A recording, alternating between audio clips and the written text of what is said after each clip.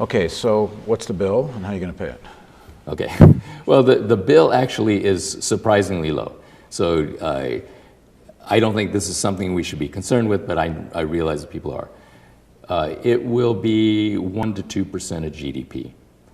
And the reason that there's a range is, of course, it's going to depend on the wage, it's going to depend on the benefits we give, it's going to depend on how much would unemployment compensation spending go down as people move out of unemployment benefits into this program. We're going to get a saving in that program as people transition over here.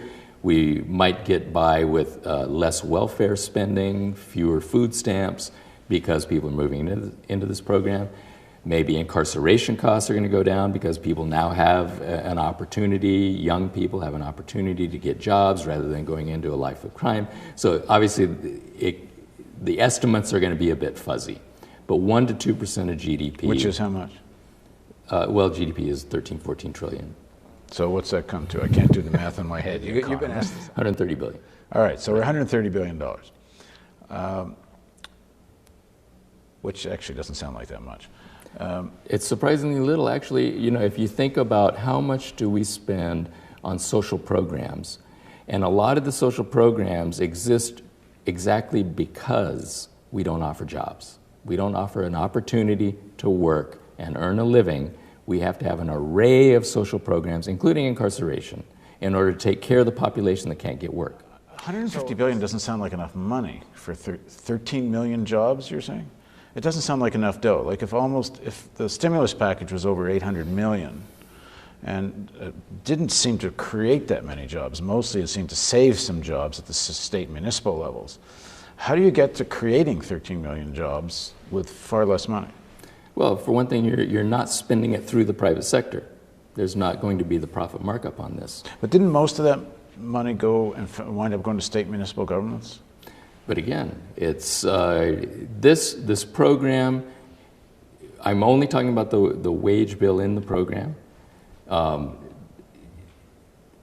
Wages at the minimum wage times 13 million people doesn't amount to very much. There have been programs like this. We had the New Deal in the United States, but even today there are programs like a job guarantee, employer of last resort. And the common experience is that it's about 1% of GDP to supply a job at the minimum wage in whichever society you're talking about to anyone who can't find work in the private sector or in the regular government jobs. It doesn't come to much. And a job at a living wage is what, double? It would be double. It would be like $300 billion.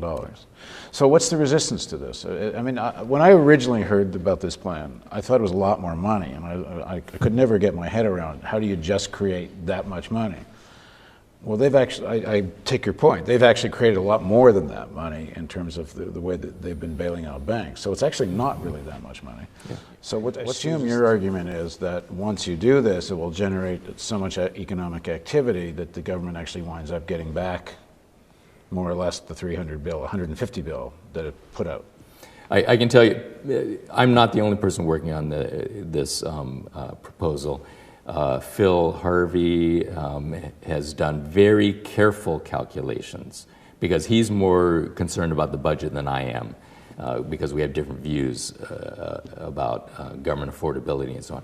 And his best estimates are the net is just about zero because tax revenue will go up and other kinds of spending will go down as you create the jobs. Okay, so the 1%, the 2% of GDP, it's probably going to end up being much less than that. It could even be zero. So just to conclude, your view at any rate is that the objections to this are more philosophical, ideological. It's more about the role of government. That when actually you crunch the numbers, you actually don't. It's not really an issue. Yeah.